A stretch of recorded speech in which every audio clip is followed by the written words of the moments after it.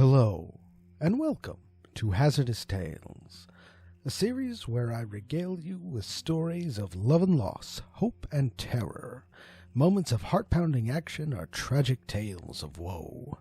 We all have our vices and virtues, that little angel and devil on our shoulders. Sometimes, virtue wins. More often it's vice. But even when that little cherub inside you succeeds, we are still left with those inner demons screaming to get out. So, who do you go to with those feelings? In one man's case, he turns to the church and the forgiveness of confessional. But is confessing enough to quiet the dark voices inside? Let us see. So, hi, Father. I'm kind of nervous. How about we just skip the pleasantries and I just start talking? Yeah, I know we don't talk much, and I don't go to your church as often as I should, by which I mean, well, never. But there's things on my mind that I need to get off my chest. And, well, I admit some of you holier-than-thou types have been good to me in the past. But you'll have to forgive me if I keep some things vague. It's probably for the best, for both of us.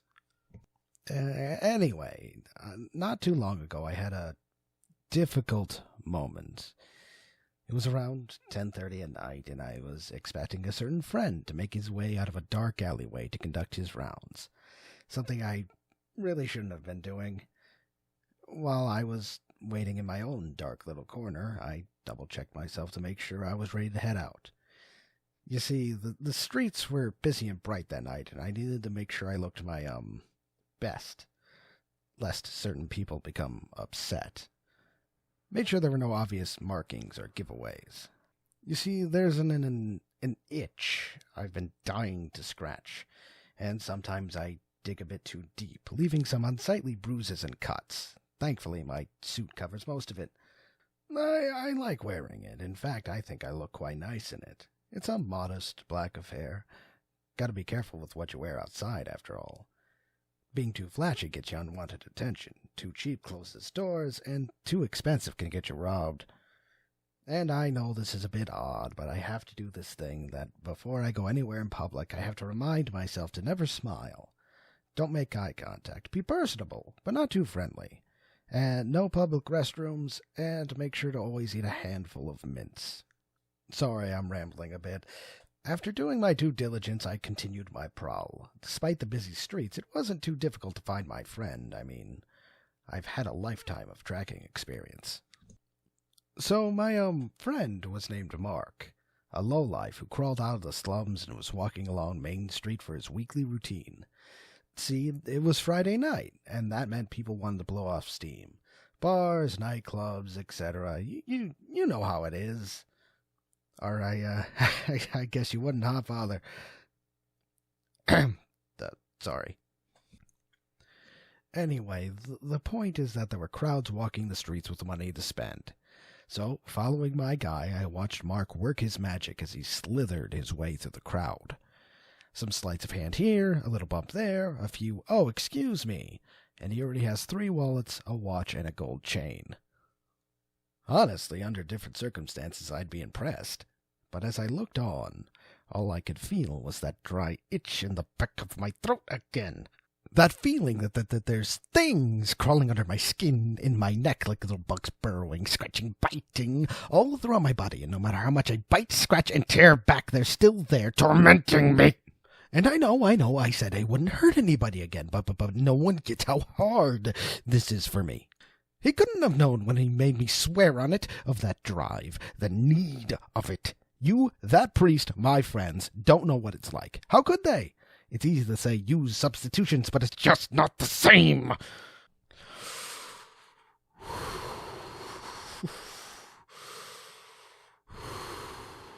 Sorry, just give me a minute. Whew. I was, needing it pretty bad that night, too, and it was hard controlling myself, This is temporary is a mantra I've often told myself when I get like that, but on that night, it just wasn't working. It felt like I was going mad, feral even, like I could have snapped at any moment. But then someone bumped into me. It was some old woman who meekly excused herself and went on her way. I don't know why, but something about that little bit of human contact brought my mind back to reality. Looking at the throng of people passing me by, it reminded me that subduing my impulses was the price to pay to be out here in the open, without hiding or sneaking or fear of reprisals. It was the chance the old priest was willing to afford me, when he really shouldn't have. I mean, I guess to give some context here, a long while back, one of my nightly strolls went a bit sideways. I bit off more than I could chew over a rival's territory. So as I lay there broken on the curbside, fate would have it that a priest was passing by. Doubt you know him, he passed a while ago. Point being, he knew what I was, what I've been doing, and could have made my life worse in a number of ways, and yet he didn't. Just had me make a promise to find a better way. It was a little vague, but it wasn't exactly hard knowing what he meant. And I've been trying. Lord, have I been trying. Moved to a new city, got an actual job, and I've been good at keeping my inclinations in check. Really, I have. But those desires never really go away. Just the intensity of it comes and goes in waves. That night it was especially high, and I realized I've already been tracking my prey for a few blocks. Well, okay, I've been following him longer than that. I admit I've taken up a bad habit of following certain people around, those that if I, relapsed, nobody would miss, you know? Like street thugs or career criminals, drug dealers.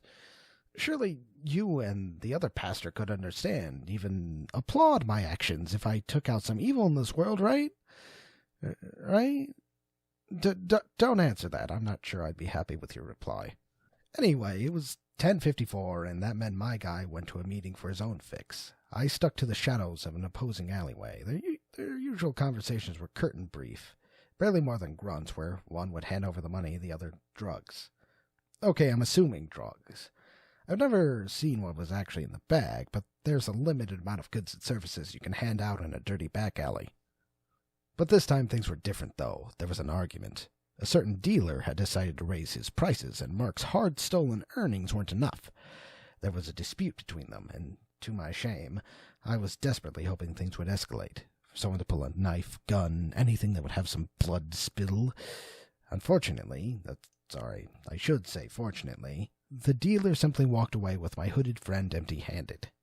That was the perfect time to end him then and there, drag him to the shadows, scratch that itch. But the circumstances weren't, how do I put it, good enough? I mean, sure, he wasn't a great guy, but could I really condemn a man to death just for stealing? For trying to dull his miserable existence with drugs? No. It wasn't enough, but instead of walking away like I should have, I waited to see what he would do in his moment of desperation. And I wasn't disappointed. Till about 11:30, he hid in the shadows, waiting for the perfect target, an older couple who wandered a little too close to his alleyway. It was a rather cliché situation, to be honest. Mark pulled them in and demanded money, his thin, almost bony-like hands trembling as he pointed his gun at them. I could see the shock and horror on the old woman's face and the sense of resignation from the husband, and all I could feel was that dry itchiness in my throat. I saw my chance. I mean, this was just perfect. Who better to get rid of than this guy right here, this stealing, drug-addled, violent scumbag robbing this nice old couple? Hell, who knows? If I didn't intervene, something even worse than a mugging might happen. I would emerge from the shadows, saving the pair, and finally quench that thirst. I would be a hero. At that point, my body was acting on instinct, no longer caring about subtlety, and I was looming over the three of them, ready to pounce. They clearly saw me, and in a state of panic, the junkie fired 3 shots my way, but in his distressed, shaky state, only 1 bullet hit. Don't worry, though. Not that I want to brag. It wasn't enough to take me down, but it did infuriate me. I had him in my clutches, lifted off the ground. I was finally going to scratch that itch. Oh, but then the old woman started to wail, and it shook me out of my fervor. I could see the fear in the old couple, far more afraid of me than their mugger. Mark was in the middle of a mental breakdown, spouting out apologies and prayers in between sobs. And I got a reminder of what my life would become if I gave in. Of being little more than a beast, where everyone feared me and I feared them. Of moving from town to town, afraid of being caught. Of being nothing more than a slave to my hunger. Of being a monster again. The old couple ran off, screaming into the night. I pulled Mark the mugger closer to my face so I could stare into his eyes full of dread as I contemplated my choices. And I had an idea of what I should do. I simply whispered in his ear, "Find a better way." And then I walked home. I'll admit I don't know if I made the right choice here. I never got the chance to check up on the guy, because I had to isolate myself for a few days just to make sure the hunger had truly subsided. Thinking back on it, the words I left him with were kind of ambiguous and without context, so who knows how he took it. But I'm not his keeper, so I'll try to take comfort in the fact that I didn't give in to my urges. Heck, if you think about it, I still stopped that robbery, so I did nothing wrong at all. So, I don't know why I'm in this booth talking to you. I shouldn't be feeling guilty, right? I don't know. I guess with the old pastor gone, I just needed to talk to somebody. About how I get scared sometimes, you know? I was this close to relapsing, and I'm not sure if I can resist that temptation again. But I'm trying to stay positive. If I could stop myself before, I could do it again, right? It's okay, you don't actually have to respond. It's just nice to have someone listen. So, thanks. Hey, look, I know this isn't your responsibility and I'm taking a big risk here, but I'd like for you to take this note. It's my address and some other places I like to hide. I guess as insurance. If you hear about some mysterious disappearances, or especially some strange murders, then you'll know I failed to keep my promise. And you'll know where to find me. So, how did you enjoy that tale? Please, by all means, tell me in the comments below, as well as the usual YouTube thing of leaving a like if you liked it, a dislike if you didn't, and if you did like it, consider subscribing to hear more Hazardous Tales. More importantly, though, I'd just like to say thank you for listening, and I hope to see you for the next tale.